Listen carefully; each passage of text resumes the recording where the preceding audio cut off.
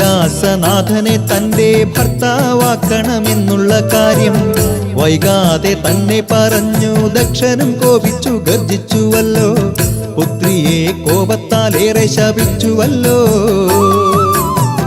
പുത്രിയെ താടിക്കാനായിട്ടു ദക്ഷനണഞ്ഞുവല്ലോ.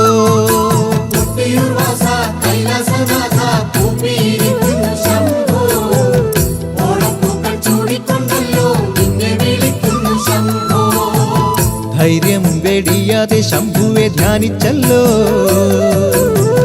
നാമങ്ങൾ ചൊല്ലി സതിയും തപസ്സിൽ മുഴുകിയല്ലോ.